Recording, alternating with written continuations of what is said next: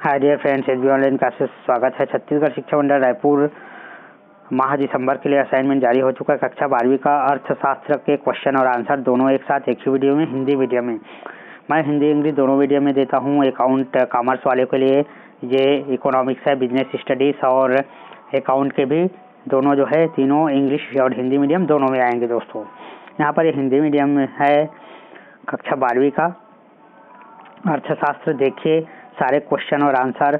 अभी आप लोग का वार्षिक परीक्षा का टाइम टेबल जारी हो चुका है, जिसका वीडियो मैंने बनाया है, उसको ज़रूर देखिएगा। आप लोग का मार्च में 2 से 3 मार्च से आपका एग्ज़ाम जो है स्टार्ट है। बहुत ही most important question, model question paper मैं अपलोड करने वाला हूँ। जस्ट ये असाइनमेंट समाप्त हो जाएगा 5 से 6 तारीख को, फिर मॉडल क्वेश्चन पेपर आप लोग के लिए लाया जाएगा दोस्तों। उसको ज़रूर देखिएगा, उससे आपको बहुत सारे बेनिफिट मिलेंगे, है ना। स्टडी मटेरियल आप जो है उसके द्वारा बहुत अच्छे अंक जो है ला सकते हैं। वस्तु विनिमय प्रणाली की कठिनाइयाँ बताएं। मुद्रा के आगमन ने इन कठिनाइयों को कैसे दूर किया। वस्तुओं का वस्तुओं से होने वाला प्रत्यक्ष विनिमय ही वस्तु विनिमय प्रणाली कहलाती है। वस्तु विनिमय प्रणाली की प्रमुख कठिनाइयाँ निम्नलिखित है। वस्तुओं के विभाजन में कठिनाइयाँ।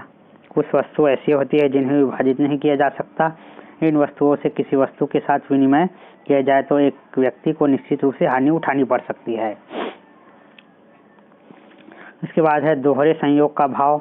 वस्तु विनिमय संभव तभी हो सकता है जब दूसरे पक्ष को हमारी अतिरिक्त वस्तु की आवश्यकता हो। कोई व्यक्ति अपनी वस्तु देना चाहता है तो किंतु उसे हमारे पास उपलब्ध वस्तु की आवश्यकता न हो, तब ऐसी स्थिति में दोहरे संयोग की समस्या उत्पन्न हो जाती है। सामान्य मूल्य मापक अभाव। वस्तु विनिमय में एक समस्या विशेष तौर पर होती है, वह है सामान्य मूल्य मापक की समस्या। चौथा पॉइंट है हस्तांतरण का अभाव। वस्तु विनिमय में एक समस्या रहती है कि वस्तु में प्रणाली में वस्तुओं को एक ही स्थान से दूसरे स्थान पर ले जाने में कठिनाई होती है। अब यहाँ पर मुद्रा के प्रचलन से वस्तु विनिमय प्रणाली की कठिनाइयाँ दूर हो गई। यदि किसी क्रेता या विक्रेता को चावल की आवश्यकता है तो वह मुद्रा हो गया है, मुद्रा देकर चावल खरीद सकता है। किसी वस्त्र विक्रेता को चावल की आवश्यकता है तो वह वस्त्र बेचकर उस मुद्रा से चावल खरीद सकता है। मुद्रा के द्वारा वस्तु विनिमय प्रणाली के मापन की कमी को दूर भी किया गया। पहला क्वेश्चन सॉल्व हो जाते इस प्रकार। क्वेश्चन 2 में आते हैं। केंद्रीय बैंक की परिभाषा दीजिए, इसके क्या क्या कार्य है बताना है। तो केंद्रीय बैंक किसी भी राष्ट्र में केंद्रीय बैंक वह बैंक है जिसे देश में मुद्रा एवं शाख की मात्रा को नियमन करने का दायित्व सौंप दिया गया हो। दूसरा परिभाषा है केंट के अनुसार यह एक ऐसी संस्था के रूप में परिभाषित की जा सकती है जिसे सामान्य जन कल्याण के हित में मुद्रा की मात्रा में विस्तार एवं संकुचन को प्रबंध करने का उत्तरदायित्व होता है।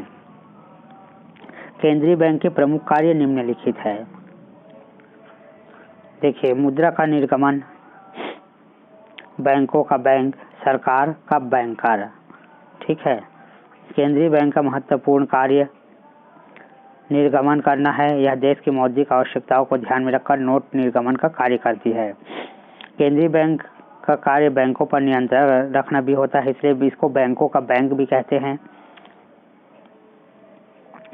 सरकार का बैंकर, केंद्रीय बैंक सरकार के बैंक के रूप में कार्य करता है। यह सरकार की ओर से पैसा जमा करता है, भुगतान भी करता है, सरकार को वित्तीय मामले में परामर्श भी देता है, ठीक है।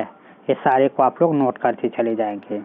इसके बाद प्रश्न तीसरा है, नीचे में देखिए, साख निर्माण की सीमाओं को स्पष्ट कीजिए। तो साख निर्माण की सीमाएं निम्नलिखित है। पहला है मुद्रा की मात्रा। बैंक की साख निर्माण को विधिग्राह्य मुद्रा की कुल मात्रा प्रभावित करती है, जिससे देश में जितना अधिक विधिग्राह्य मुद्राओं का निर्गमन और प्रचलन होता है, वहाँ बैंकों की साख निर्माण की शक्ति उतनी अधिक होती है। इसके विपरीत विधिग्राह्य मुद्रा की मात्रा कम होने पर साख का निर्माण भी कम होता है।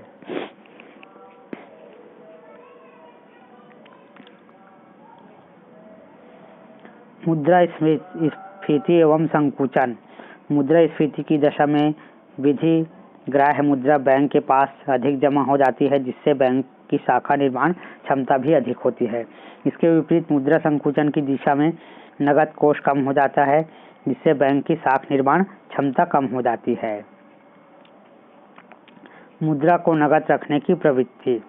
जिस देश में जनता की नव्य धन रखने की प्रवृत्ति कम होती है, उस देश में बैंक की नगद जमाएं अधिक हो जाती है, जिससे बैंक की साख निर्माण की शक्ति अधिक हो जाती है। इसके बाद देखिए नगद कोष अनुपात। बैंकों को अपने पास कुल जमा का एक निश्चित भाग नगद कोष के रूप में रखना पड़ता है, ताकि वे अपने जमाकर्ताओं की नगद मुद्रा की मांग को पूरा कर सके। लास्ट क्वेश्चन 4 है, रिजर्व बैंक की स्थापना के प्रमुख उद्देश्यों का वर्णन करना है। तो सन 1934 में एक्ट के रूप में पारित हुए बिल अनुसार 1 अप्रैल 1935 से भारतीय रिजर्व बैंक निरंतर निम्नलिखित उद्देश्य की पूर्ति कर रहा है।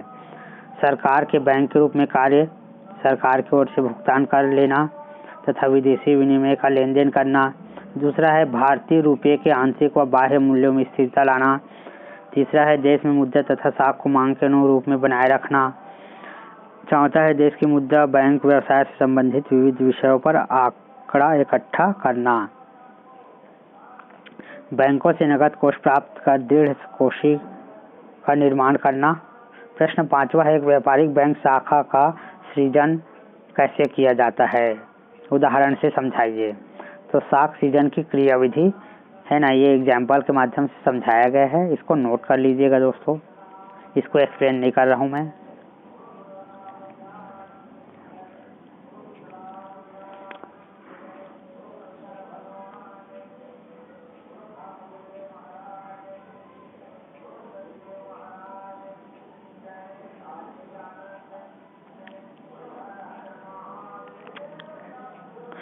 स्क्रीनशॉट करके नोट कर सकते हैं। इस प्रकार आपके इकोनॉमिक्स के सारे आंसर कंप्लीट हो जाते हैं। इसके जस्ट बाद आपको इंग्लिश मीडियम में भी मिलेगा।